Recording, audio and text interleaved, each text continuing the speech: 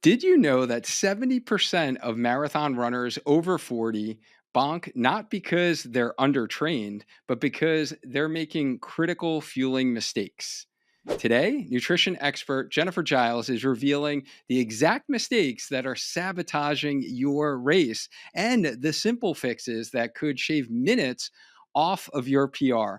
Welcome back to the Healthy Runner Podcast. I'm Dr. Dwayne Scotty, and if you're training for a marathon in your 40s, 50s, or beyond, today's episode could be the difference between crossing that finish line, feeling strong, or hitting the wall at mile 20. I'm joined by returning guest Jenn Giles, and she's breaking down the most common marathon fueling mistakes that lead to bonking, GI disasters, and yes, even injuries.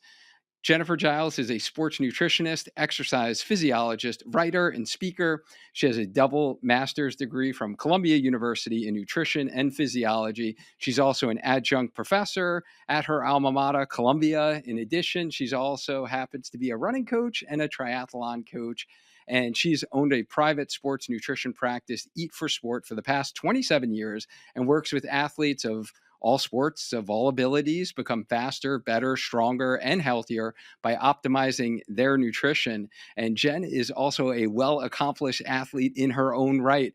She is a 10-time marathon finisher, including Boston, a 2-time Ironman finisher, and a 3-time Team USA triathlete competing internationally at World Championships. She's been sponsored by Rev3 Triathlon, Aquaphor, Base Performance, and Power Bar.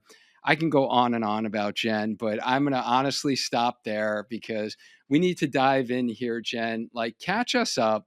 What are like 3 fun things you've been up to since we last spoke all the way back in episode 53, which is actually almost 5 years ago, believe it or not? I can't believe it's been 5 years. Time flies because I just feel like I follow you on Instagram, so I feel like it's been sooner than that. But 5 years really does fly. It was almost like COVID-ish when we last talked, I think. Yes, it was. It was literally right in the thick of it. Yeah, yeah. Well, thank you for having me back. It's a thrill to sit here and chat. I always laugh about when I do lectures and workshops. I always say I could talk for 8 days on nutrition, but everybody always has to cut me off. So I love taking this time with you and just geeking out on sports nutrition, especially when it comes to the marathon, because it's really my favorite topic. Yeah, thanks for being here. Yeah, what are some things that you've been up to these last like 5 years? Yeah, so it's been a busy 5 years, honestly, other than like watching my kids grow and a few of them leave me. Business wise, it's expanded my business. I hired 2 other registered dietitians to help me out just with the volume of athletes. So it's great kind of growing a team and really able to help more athletes get better, stronger, and faster. That's my first thing. I also kind of took a deep dive into writing a children's book series. So one of I saw my that. Like, that Oh, was yeah. amazing. It's like a labor of love. But, I kind of just dawned on me that if we could educate, motivate, inspire younger athletes to fuel themselves better, maybe we wouldn't hit all these roadblocks as 30, 40, 50-year olds. We'd have the tools because a lot of times I work with older athletes and we're relearning or unlearning things, habits from our younger years. So that's kind of like my mission with the children's book. And actually my third one is coming out this week. So that's kind of timely to announce. Congratulations. Yeah, yeah. So each book is a different sport. Each book is a different sports nutrition snack. And there's 18 books in total. And like I said, the third one's coming out this week. Now, are you like the primary or sole author on all of these? Or are you like getting help Yeah. from like someone who does this full time? No, no. You're it. Yep. Wow, Yep. that's It's me. impressive. That Yeah. is I have an impressive. illustrator. I definitely have an illustrator because I don't draw, but, but I am the author. Yes. That Yeah. is It's so been fun. cool. It's been a fun little journey. And so that's 2. And then lastly, most recently, actually, I just launched another arm, if you will, of my business. So I have, sports performance counseling, coaching. Then I have my children's book series. And now I have, because I am an aging athlete myself, we all are, I guess, launched a longevity and performance arm of my business. And I hired my husband, who's a doctor, and we're going to be diving into keeping athletes active and healthy for as long as possible with some longevity therapies. So I I think love that, that.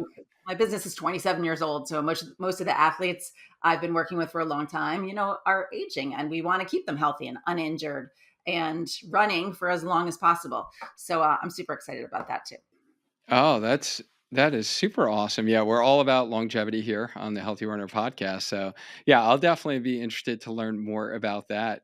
So, sounds like some real great stuff from personal standpoint. Kids getting older. I got one in college now, so I feel you.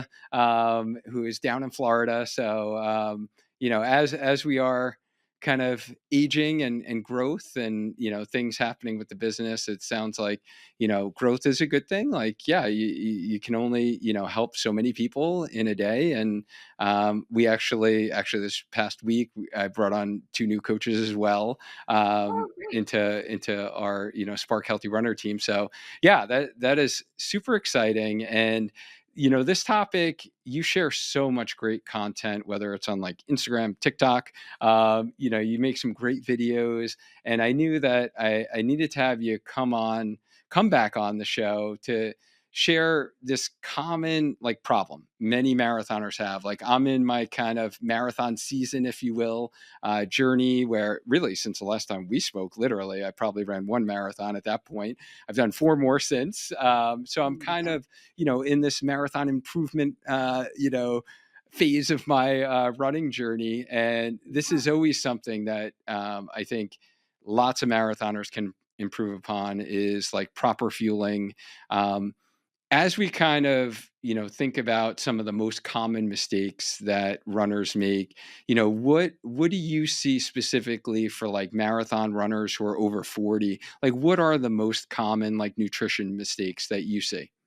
I love this question because I feel like people are still doing what the same thing they did when they were 20 or 30. And at 40, things change a little bit. Hormonal shifts happen. Um, Obviously, injury rates are a little bit higher. So, the number one thing I see, if I was just to pick one, would be underfueling, which interestingly enough, a lot of runners come to me and they're saying, I'm eating, I don't know, 15, 1800 calories, not realizing that the volume of training that they're putting in requires so much more than that. And obviously the numbers are different for every runner and every person, but underfueling is what I see the most.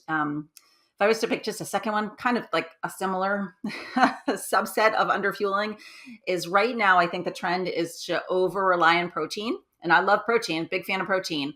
But I think when it comes to runners, they're pushing protein so high that they're sacrificing their carbohydrate intake. And we really need to remember, as runners who are training for an endurance event, that carbohydrate is still the first source of fuel. So we need to kind of push that just as optimize, prioritize that just as much as we're prioritizing protein, if not more. All right. So not really taking in enough fuel. And it sounds like what you're referring to is like during the week itself of training, not just like during a run or before a run. It sounds like volume of fuel that you're having throughout like a training week. And then also maybe not having enough carbs, as we like to say here. Carbs give a spark. And that's going to be Yeah. like the primary like energy source, or the best like energy source that we'll have during our training, that's going to make us feel the best during our runs, so we don't feel like sluggish and can actually have energy. Um, do you feel like the fueling strategy should change for runners in their 40s, 50s, and beyond than when we were in our 20s? Like, is it that we could just get away with those things in our 20s, or like how should the fueling strategy change as we get to our master's years of running? Well, I think in general, your intake always has to reflect your output. So your nutrition always has to reflect where you are in your training cycle, which is true of any age for sure. But as we get older, I think that we need to choose, or I know we need to choose foods that offer most nutrients. So in our 20s and 30s, we can kind of get away with it because our metabolisms are a little bit higher. We can burn through fuel faster. We can stay up later. We bounce back quicker. But our recovery is a little slower as we get older. And that's just a fact. There's nothing wrong with that. But you have to be mindful of nutrition can help you with that. It can help you prepare for that run a little bit better if you have more nutrients, nutrient dense foods, nutrient rich foods, vitamins, minerals, fiber, antioxidants, all the things that go along with healthy eating or making healthy choices, versus just kind of winging it in our 20s and still performing well. Because that is a thing. I mean, it's probably not the best thing, but you can still perform really well even if you're winging it in your 20s. In your 40s, you can't get away with that as much. We have to focus more on recovery for your next workout, inflammation control, hormonal balance, and everything else that goes wrong after as we age. Yeah, so it sounds like really doubling down on the recovery aspect that's more important, and that is like one of our kind of 6 steps to growing in our running journey. We talk about is like nutrition's one of them, recovery is another, but the nutrition can help the recovery, right? Mhm. And especially as we age, because we don't recover and bounce back as quick as we did in our 20s. So all the things that we talk about in terms of like proper sleep or whatever recovery methods that you're using, like you want to think of that nutrition as this is key for recovery. And I have noticed a huge difference in like how I bounce back from a hard long run or a long run workout when I really double down on the nutrition recovery aspect of refueling after those workouts, where the next day I'm like feeling good, I'm not like beat up and even just like tired the rest of the day. Like I just Mhm. remember those early days of kind of marathon training where you do a long run and you're like zonked the rest of the day. You just want to like lay on the couch. And now, Yeah. Yeah. that's not necessarily the case if you like properly fuel your body for that recovery. I know underfueling is like the number one, mistake that you said runners make. What are some like warning signs that a runner is underfueling or making some of these like common nutritional mistakes? Well, I think you kind of hit the nail on the head a second ago and said, with your comment about recovery. So if you're not recovering well, if you're feeling zonked, need to lie on the couch for the rest of the day after a long run or any kind of training run, that's one sign you're underfueling. Maybe poor sleep, poor concentration. In women, loss of menstrual period can be a big red flag. Mood changes, and cravings, to be honest, and actually injuries. If you're getting little tweaks and niggles and small, even if it's a small injury or even if it's a bigger injury, underfueling is one of the major causes of injuries. So if you're having any of those issues while you're training for any kind of distance event, we need to dial it back and look at nutrition for sure. All right, I just need to repeat that because most of the people listening to this right now, Jen, probably found us because they had a common stubborn injury, whether it was like Achilles True. pain, PHT, shin splints, IT band syndrome. Yep. Yes, I want you guys to hear what Jen just said is that underfueling could be one of the reasons why you constantly feel like you're in that injury cycle. So make sure that the things we're talking about, that you're following Jen's advice here. Yeah, can you share like one kind of, I guess, last like age specific, strategy or question I have for you is like, can you share a simple like race week nutrition plan, maybe that prevents some of these common mistakes? I don't know if that's too detailed or too like big of a task or a question. Yeah, no, that's a great question, and it's funny too because I'm going to put it in context a little bit. I have a lot of people come to me like a week, 2 weeks before their marathon. I'm like, "Can you help me with my nutrition?" And I don't laugh at anybody. I'll laugh now, but really training your gut to take in food on a daily basis is the answer to your race week nutrition. Like you shouldn't be thinking about this a week before your race. You should be thinking about this when you first start training for your race so that you can train your GI tract also.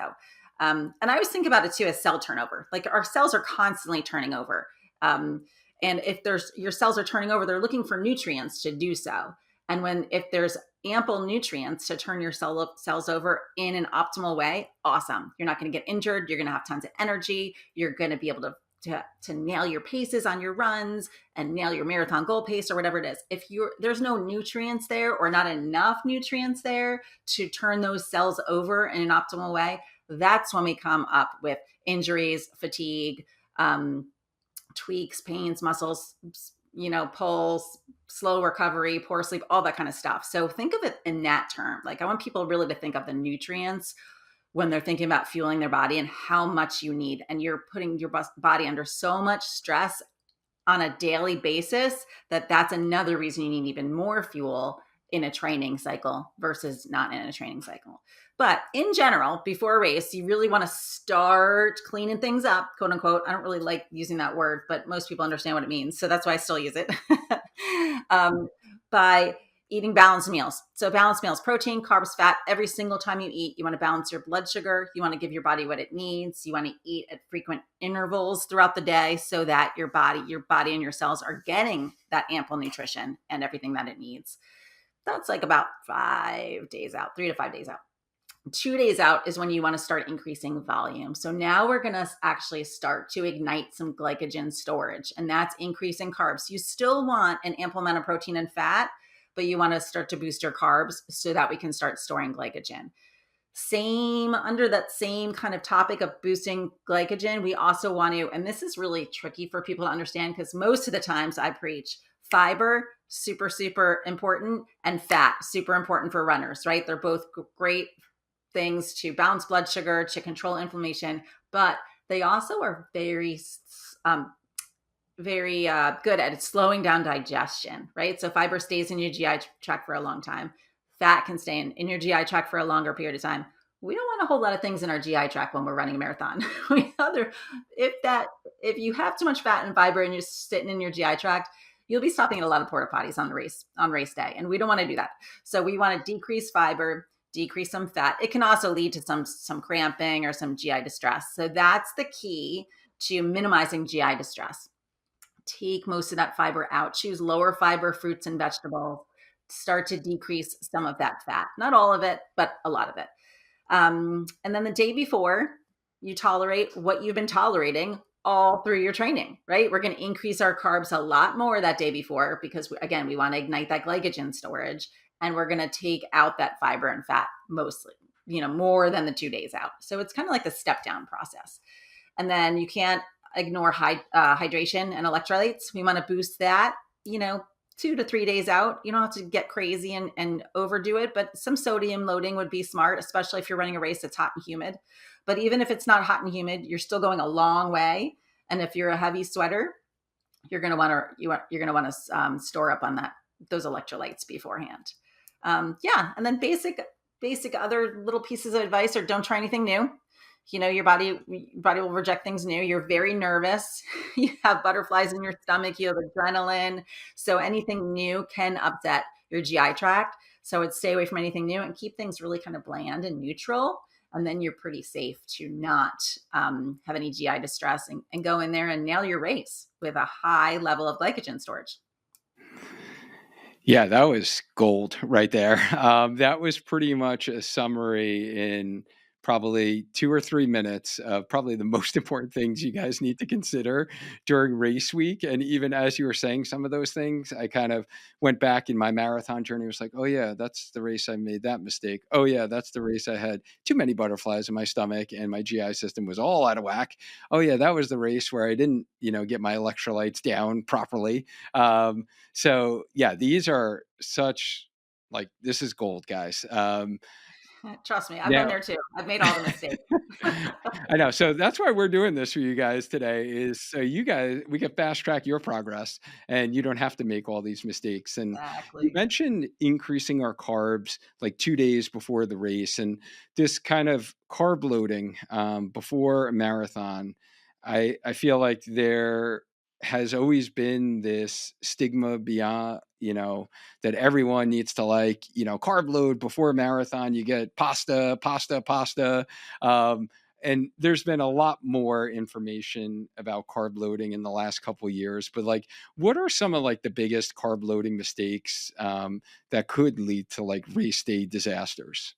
I love this question too, because I started running marathons in the 90s in that time where it was just all about carbs, just eat carbs and nothing else, no fat, no protein, just eat carbs. And we found ourselves eating plates and plates of pasta the night before races. And you would show up, you toe the line, and you just feel like this big, bloated, slow, sloppy runner that wants to take a nap. And so over time, and with a lot of research behind it too, we realized let's just rewind. We're training, we're eating a certain way during training, during our long runs, during our frequent runs, during your tempo runs, during your interval. Every single run, you're eating a certain way. You want to carbon copy that on race day because that is how you fueled your body for training. That is how you need to fuel your body for race day. Yes, there's some changes. You're going to carb load a little bit. You're going to boost those glycogen stores so that you don't bonk during race day because likely race day, especially for a marathon distance, is longer than what you've done in training for most people.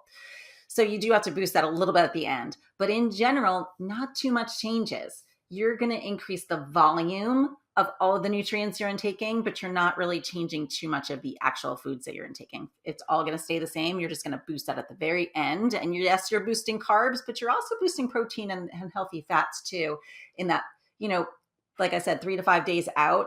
And then you're still balancing each meal. At no point do we want to just gobble down loads of pasta. You still want to have maybe some grilled chicken, some tomato sauce for electrolytes, some spinach for low fiber nutrients. And that combination is going to assist in your blood sugar balance, which hence will increase your endurance and make you feel a whole lot better too. All right, so don't go overboard with the carbs, and from what I'm hearing, no new carb sources that you weren't doing in training. So if you never had pasta the night before your long runs, don't go having a big pasta dinner at your, destination marathon because, you want to try this like new restaurant in this city that you're in. Don't go doing that, is what you're saying. Exactly. Save that for after the race. Yeah, after the race. Okay. And how much carbohydrates do runners actually need in the days before a marathon? Do you get like super granular with your athletes about this? Sometimes I do. I mean, if you look at the textbook, it's about 8 to 10 grams of carbs per kilogram of body weight. So that's a little math. You can write that down and do your math later. I'm not a math person. But no, with my athletes, I do a lot about feel. Yes, I punch the numbers just so I know we're in the ballpark, but I also go with feel. Some people have insulin sensitivities, especially after 40, especially after 50. So maybe their ratio of carbs to protein need to be tweaked a little bit more, need to be monitored a little bit closer. And you can tell that with symptoms. Are you bonking during long runs? Do you get dizzy if you have too many carbs? Do you get shaky? Do you have cravings? I go more on how are you feeling throughout the whole day, based on how your blood sugar is fluctuating. And that's how we scale back, add, take away carbs, add protein, healthy fats, supplements, whatnot. So I go a lot about feel, but you can certainly start with the numbers, start with the textbook numbers, and then tweak them based on how you're performing. Okay. And let's say we weren't switching up the type of carbs. Let's say you're used to having whatever bread, rolls, potatoes, rice. Um, Does carb loading, like if I were to take more of that, would that cause GI issues in of itself, or is it really the problem becomes when you're eating something that you're not used to digesting? It actually can be both. I mean, definitely if you're eating something that you're not used to, your body can reject it, especially if you are a runner that gets really nervous, because that's part of that equation.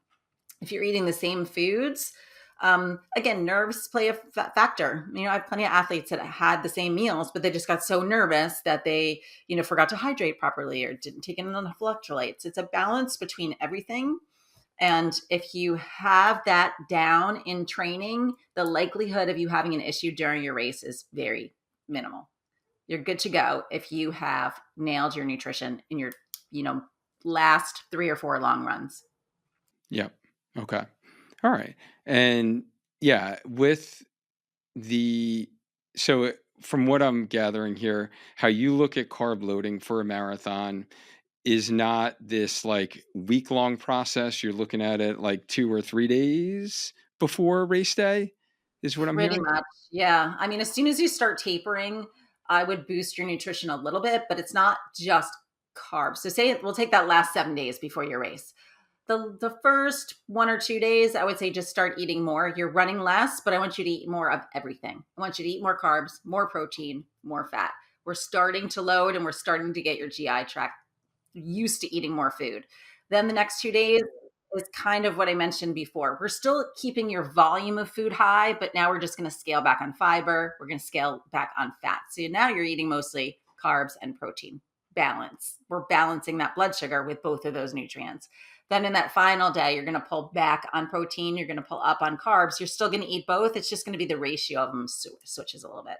So, everyone calls it carb loading. In my mind, I call it nutrient loading. Like we need to boost the nutrients that you're eating so that you can use them on race day because that's what you need to fuel your run. Like the macronutrients are the only nutrients. You have macronutrients, you have micronutrients, right? Macronutrients are the nutrients that are measured in calories. Do you know what calories is a measurement of? Uh, how much energy you're Yes, right? You it's a need? measurement of Yeah. energy. Yeah. Okay. So we're I'm taking like in going back to macro. like basic science, biology. I'm like, Yay. wow, I just got stumped by the professor. I just totally put you on the spot too. Sorry. No, That's no, that's good. great. I love it.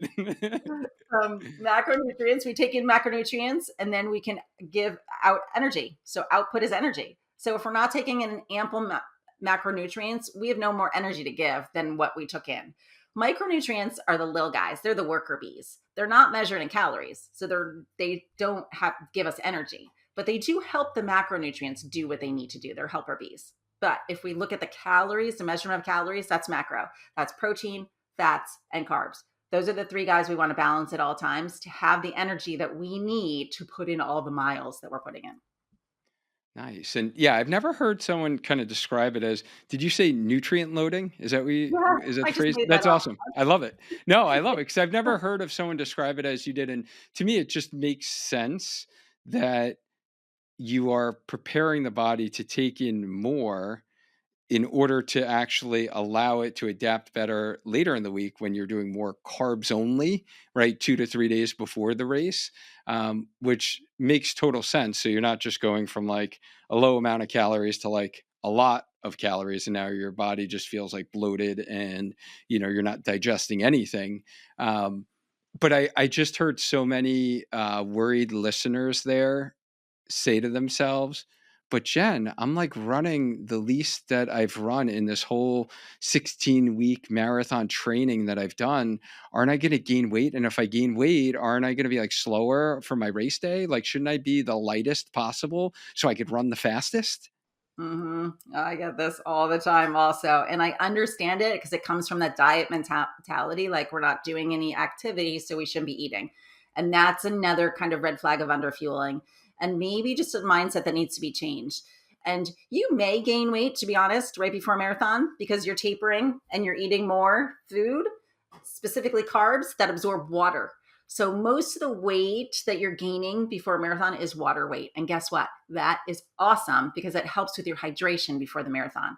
And 1,000% you will lose whatever you quote unquote gained by nutrient loading after the marathon. You need that going into your race. So it's actually a good thing. And like I said, it's not fat that you're gaining, it's usually water that you're gaining. And that extra hydration that's stored in your muscles because you've built so much muscle mass will help you push power and speed and endurance during your race. So that's actually a really key point that you brought up.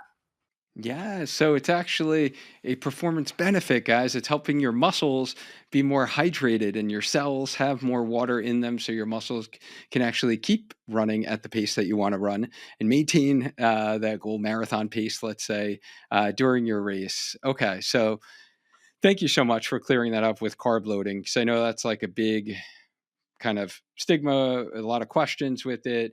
And I feel like people definitely go overboard. There was one marathon, I definitely went way overboard.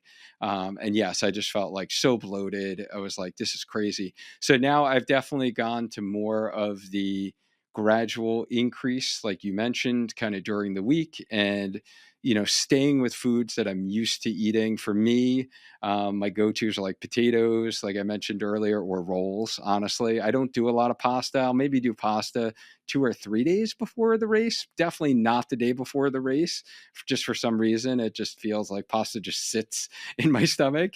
But yeah, like, those rolls, breads, bagels, those things are great. Like, easy for me to digest. Like even just like turkey sandwich, a little less protein than I normally put in, Yep. with a nice roll. Those are always like safe bets. And then you can't go wrong with like bananas and graham crackers and yeah, some of those other like easily digestible carbs. I feel like work out. Any like favorites that are your staples? I'm a pasta girl, so I'm opposite from you. But you know what I'm hearing from what you're saying is you figured it out during training. What sits in your stomach well, what feels good the next day when you're running. So that's what this is all about. Everyone's their own science experiment. You just have to do it during training connect the feeling of how you're feeling during your run, and then you either check that in the yes box or you put it in on the no list. But like I said, before race, I pasta. Honestly, I said it before, but pasta, chicken, spinach, and red sauce. It's kind of like my go-to. I'm not so sure I've ever done anything different than that because it's worked pretty well. I've toyed around with shorter races with like sushi or oh, baked potatoes. You said baked potatoes. I'm actually making a Yeah. baked potato bar for my family tonight. I love baked potatoes. Yes, we love that. My wife, Yeah, like, it's almost like a staple on a weekly basis. Baked so potato awesome. bar, can't go wrong. Yeah, yep. Rice and chicken is another favorite of mine, which is I think pretty classic for a lot of runners. Yeah, just that carb, protein, lean protein mix really balances my blood sugar and makes me feel the best. But like I said, I do like my pasta. I truly hope that you're getting value from this video, and I wanted to take a brief moment to share with you one of my most recommended naturally sourced food supplements for runners that supercharges your recovery from running. And that is the power of blackcurrant, which is a berry, by the way, just like blueberries, but they have the highest level of anthocyanins, which is a strong antioxidant of any berry. And CurraNz has a product that's conveniently packs these super berries into a capsule. As I frequently say, recovery is a part of the training, and you can only run as fast or as long as you can recover from that run in order to stay healthy for longevity. CurraNz is taken as a pre workout supplement, and it's going to help improve your recovery times and reduce the effects of fatigue or muscle soreness after a hard run or strength session. There are over 50 studies investigating the effects of these super berries, and CurraNz has been studied to improve blood flow by up to 45%, which removes metabolites from our muscles, reduces oxidative stress. In fact, a recent British study actually showed that CurraNz helped accelerate recovery of muscle function 3 times faster than placebo. And soreness in the active group reduced up to 49%. Tissue damage was reduced by 84%, which is attributed to the improvement in blood flow that was seen, as well as blackcurrant's anthocyanins' inherent antioxidant and anti inflammatory properties. You can learn more about the real science behind blackcurrant extract with my interview with Floor Cushman in the video that I have for you linked in the description if you want to learn more and get into some of the science. And having a supplement that is backed by science is important to me. And it's what I look at when I put anything in my body, and is the reason why I've been using CurraNz for the last 2 years, because I was looking for a supplement to help maximize my recovery from hard marathon training so I could stay healthy during the training. And now that you're a part of our Healthy Runner community, you can get 20% off your first order using the link that I have for you in the description. You can go to CurraNzUSA.com. Just use the code HealthyRunner during checkout when placing your order. Go ahead and give CurraNz a try to help you recover from those runs. Trust me, you won't regret it. Yeah, let's talk about race day fueling strategies and what really causes bonking, and how is it directly related to fueling mistakes? Okay, good one. So bonking, most of us have experienced it to some degree or another. And it's really when your glycogen stores are completely deleted, both in your muscles and, believe it or not, in your brain. So we have glycogen in your muscles and your brain. So I don't know if you've ever bonked and you just like so foggy brain, like you can't even remember someone's name that you see standing before you. That's actually happened to me. So that's kind of that we don't have any of that glycogen, or think of it as glucose that's stored left, which means we don't really feel like going a step further. And when it gets extreme, you really can't. Those are those videos you see on like Iron Man where they're crawling across the finish line, or they can't, their legs are like wonky. That's extreme. And it can be dangerous if it gets extreme. So you want to kind of avoid it as much as you can. The main reason we avoid it is because we want to finish our race. So we want a PR. We want to feel really good crossing that finish line. But it's when it's all deleted, which means we burned through it too quickly. And if you backtrack, which means you didn't have enough glycogen stored in the first place, backtrack again means you didn't eat enough. Hence, you're underfueling. So that mistake of underfueling really comes back to haunt us if we don't have enough glycogen stored in the first place. Okay, so we definitely want to make sure that we have the preloading glycogen stored days before or nutrition loading the week before. Um, During the race, how many calories or grams of carbs should like runners be consuming per hour during a marathon? And I feel like this has been such a shift in even like the last 2 to 3 years, I feel like in the public Mhm. sphere or on social Yeah. media. What are your recommendations? I'm going to go back to textbook recommendations, which are 30 to 60 grams of carbohydrate an hour. That's kind of that spot where we start. And again, everyone's a little bit different because everybody's metabolic rates are different. Your pace is different. You could burn through them faster if you're running at a faster rate than a slower rate. So there's a lot of variables with that, but that is textbook 30 to 60 grams of carbs per hour. So you can look on, your gels or your chews or your liquid nutrition and see how much is in there and then take it from there. Maybe you need a little bit more because you are running further or faster or more frequently and you need more carbs to turn over those cells and to store glycogen and all the rest of it. Maybe you need a little bit less because you're racing shorter distances or you're not training as frequently or it's the off season. So that recommendation can shift based on the individual runner. What are your thoughts about training? And this is something that I've intentionally tried to do. My last marathon training cycle, and that I'm currently doing right now for Philly, is almost taking a little more than I need during my training long runs, just so if I can't stomach because the effort level is higher during the race itself, and I can't stomach, that last gel or two gels, then I'll probably be in a good place. I'll probably be like properly fueled.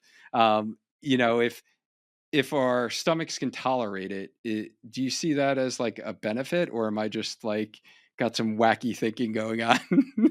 No, I love it. You want to stay balanced. So the second you get behind the eight ball, it's so hard to catch up. So you're so much better being a little bit overfueled, let's put it, than underfueled. It's a way better situation to be in. If we can find that, sweet spot where you're not overfueled, you're, right on the mark, properly fueled. That's the best thing to do. But I think you're smart. Bring extra because it's so much better having extra than not having enough. Yeah, and is there any consequences to overfueling? Is it just that someone just feels like nauseous and or they feel like bloated and they just any other negative consequences to overfueling? No, not really. I mean, Yeah. you're going to take in a little bit extra calories, but you're going to have a little bit extra, if anything, that will actually make you feel better afterwards. And it can actually help you recover faster after the race too. So I would still rather you be in that position as long as you can stomach. But the big side effect is GI distress. And really the reason is because if you have so much sugar, because that's really what all the gels are, right? It's glucose, it's sitting in your stomach. But when you're running, most of your blood is shunted to your extremities. So there's less blood available to digest at a certain point. Like when you're going really far, that happens, or when you're running really fast, that can happen. And everybody's different, like I said. But if there is less blood available to your stomach to digest, it's just going to sit there. And it can only sit there so long before it needs to get ejected from your body, to put it nicely. So that's the GI distress risk you're taking of having too much sitting in your stomach. But if you can tolerate it, then it works. Gotcha. And that's why, we train our muscles, our skeletal muscles to, with strength training, with speed workouts to be able to perform. But like our GI system is made up of like smooth muscles, right? So they're a Mhm. different type of muscle, but I think of it as like training my GI system to be able to do its thing, digest when blood flow is being shunted away from, my organs and GI system as it's going to our extremities while we're running. Is that a good way to think of it, as like training your GI system when you are, working on fueling more? But I guess the key with that, I guess we'd probably be remiss to say, is you got to do that gradually. You can't go from like, one gel for a long run, a 2 hour run, you were only doing one gel, and now you try to do six. Like that ain't going to work out too well, right? No, no, baby steps. You got to do baby steps. Just like Start with anything, one. Yeah, progression. yeah, and kind of like mirror it with your long runs. So if you're starting, way back 6 months before your marathon, your long run was 6, 7, 8 miles. So then you kind of baby step it up as your long runs are getting longer And once you get over that, 90-minute to 2 hour mark is when you really want to start calculating how much fuel that you need during those long runs. And then you'll be ready for race day because your body will be so used to it.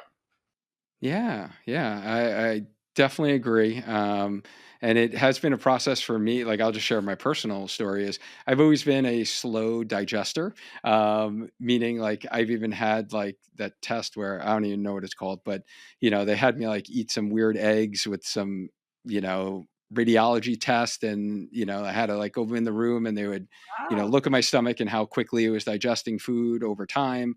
I did have a fundo way too much information right now, but fundoplication when I was a baby, where I Oh, wasn't born with like an esophageal sphincter. yeah. So they had to like create one. So like I always felt like my digestion was always like slow throughout my life.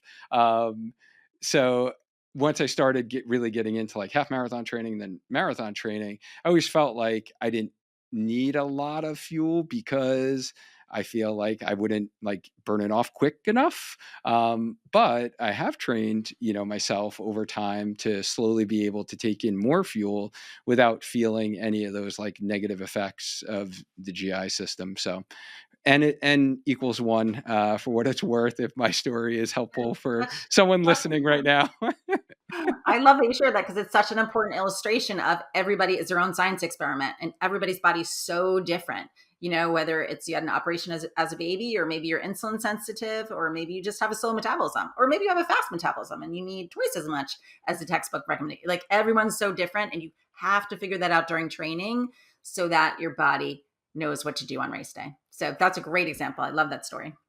Yeah, nothing new on race day, guys. So, if someone's new to kind of race day fueling, long run fueling, what are your thoughts? Whether someone should use gels, chews, or real food during a race? Do you have any like rules of thumb that you tend to, you know, consult your athletes about? I like to try different products with different people because I think, again, people react or respond differently to different things. People like different tastes.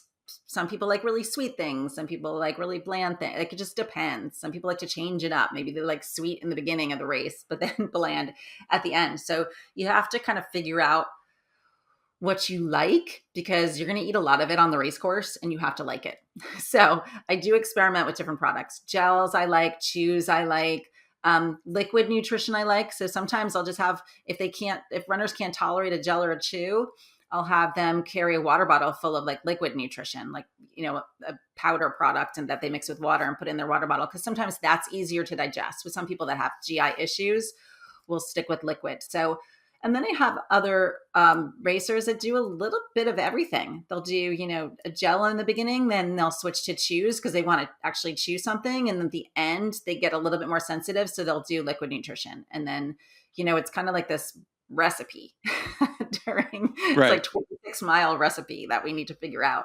But I like them all. I think the most important thing to remember is you just need to get those carbs in. So get them in a way that makes your body feel good and that you're going to look forward to eating so that you actually eat it. Yeah, and you already kind of mentioned the point of trying all this, practicing it during your training runs. The most important is like those long runs and like speed, harder efforts. If you are doing speed work in your training, um, can yeah, let's just shift gears a little bit because this is the Healthy Runner podcast. Like I said, there are many people who have battled injuries in the past. Let's talk about like some of that fueling injury connection. Can poor nutrition choices actually cause running injuries or make them worse?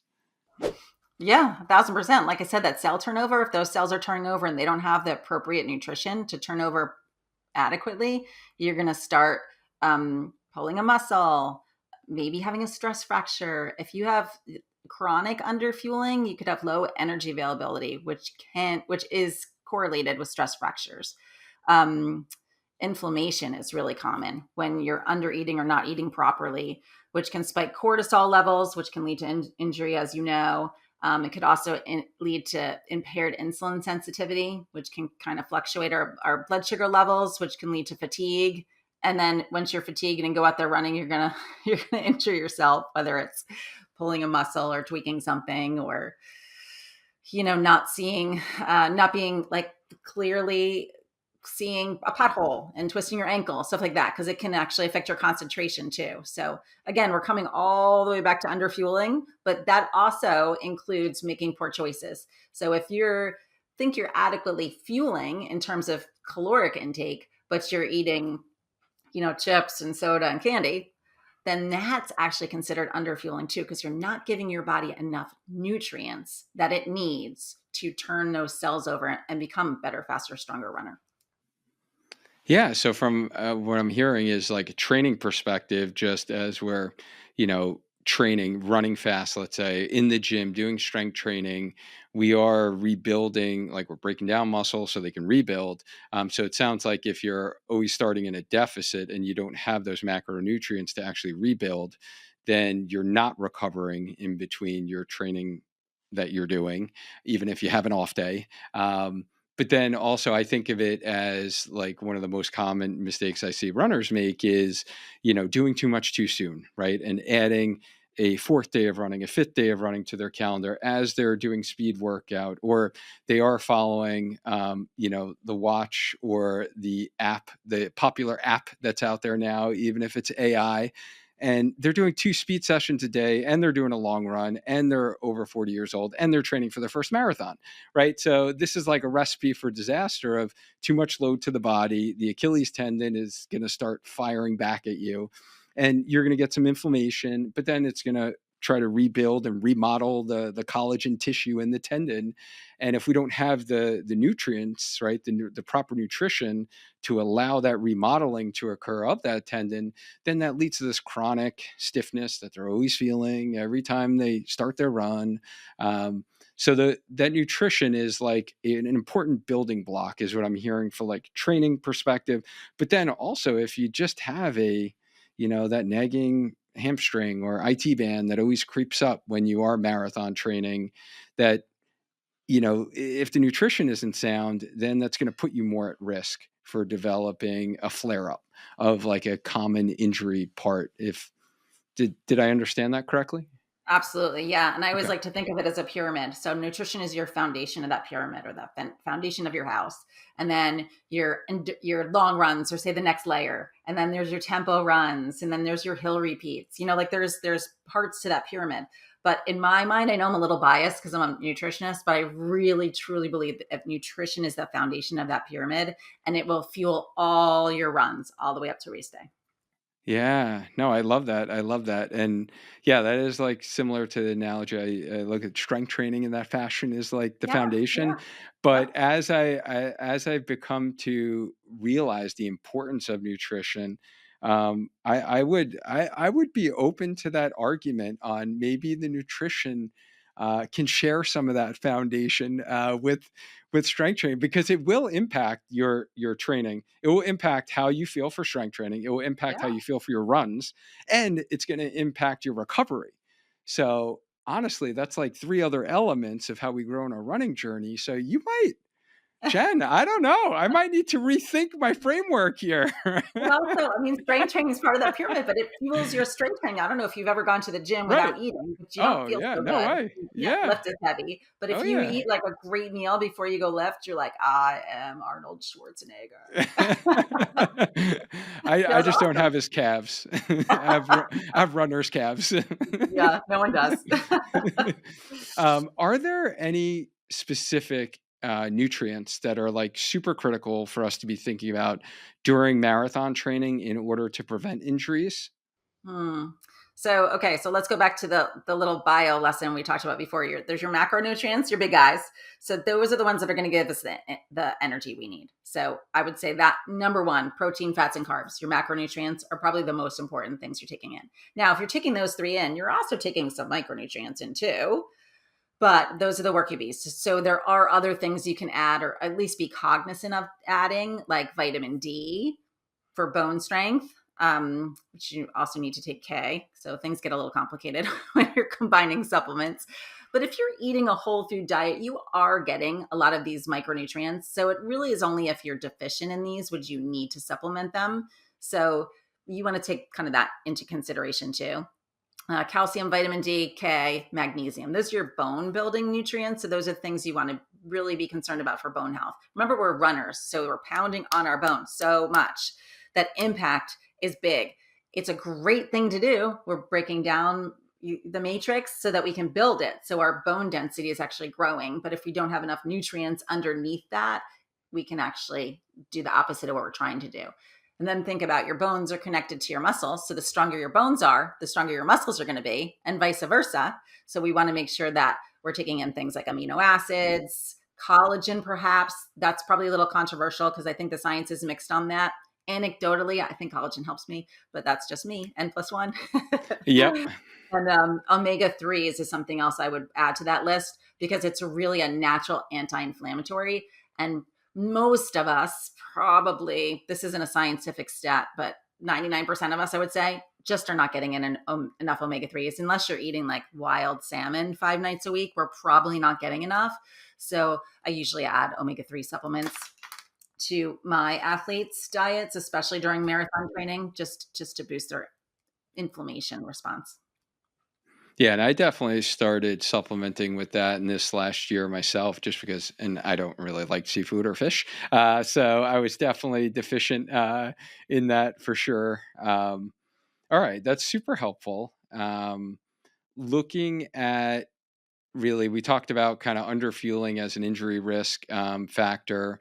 Yeah, let's talk a little bit about electrolytes and cramping, because I find that's a common problem that a lot of marathoners have, especially as they're new to the marathon distance, and like muscle injuries. What role does electrolytes play?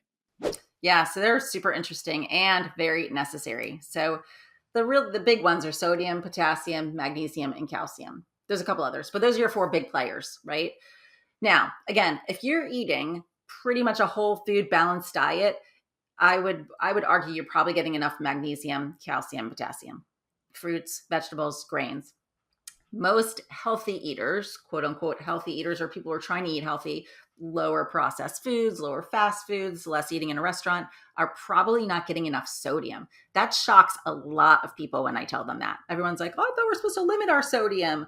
But we actually really we've found in the last couple of years too, through the research, that we need more sodium than we ever thought we did.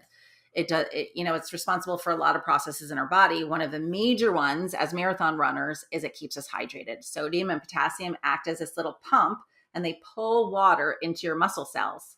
So I could tell a runner to drink water all day long, but if that runner is not getting enough electrolytes in their diet, the water is going to pass through your body and your muscles are not going to absorb it.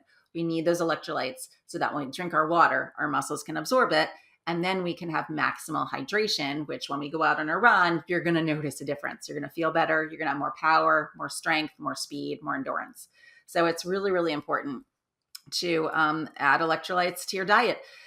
There's some argument where, there's all these fancy electrolyte supplements now and they're new. They didn't exist 20 or 30 years ago. and it's great. It's convenient. I have some in my bag. I just came back from a trip. So I have some in my bag because I take them on the road with me. But I also want to make sure that people know they can get them through food. You don't necessarily need to take a supplement. Yes, it's easy and convenient and simple, and they have a purpose. And some of them are high dose. So if you a heavy sweater, going like long, long miles, hot and humid, maybe you do need a supplement because it's a high dose. But everyday electrolyte intake can happen through fruits, veggies, and grains for your magnesium, calcium, potassium. And sodium, just add salt to your food. Add salt to your water. Actually, I have a glass of water right here. I just added a pinch of salt in it Oh, because there we go. that's a great way to help me absorb the water that I'm drinking. Celtic salt's a great thing to add. It's so much cheaper than, I just get it on Amazon, so much cheaper than electrolyte supplements are. So just salting when I'm cooking my baked potato bar tonight, I'm going to add some salt on my Oh baked yeah. potato. Like those are the little strategies that you can use throughout the whole day to meet your electrolyte needs. And then on race day, obviously you're not going to add salt to you're not going to bring a salt shaker with you. So on race day or maybe long run day, so you can practice for race day, that's when I would use those supplements because they're more convenient. Yeah, and definitely practice, practice, practice. And even I just ordered actually the product that's going to be used for the Philly marathon, just because I want to practice that on my Yeah. long runs.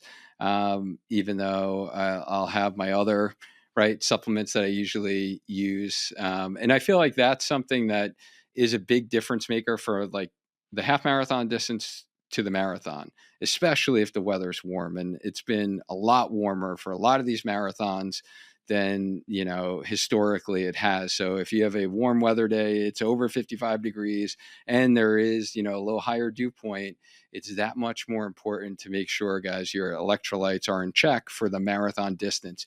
A lot of people can get away with it for the half marathon distance without running into issues of cramping, but it is the marathon distance that is like the equalizer, It's a different where beast.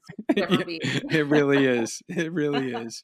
No, this is all great. And I know before you talked about omega-3s being good for like inflammation. Are there any other specific foods that you recommend if someone's looking to like reduce inflammation, to maybe speed up some recovery, or if they are recovering from an injury? Yeah, sure. So any foods with healthy fats in it, monounsaturated fats. So I know you're not a seafood fan, but salmon, deep water fishes like mackerel, olive oil, avocados, nuts and Like seeds. those guac, who doesn't like Oh, avocados who and doesn't like guacamole? guacamole?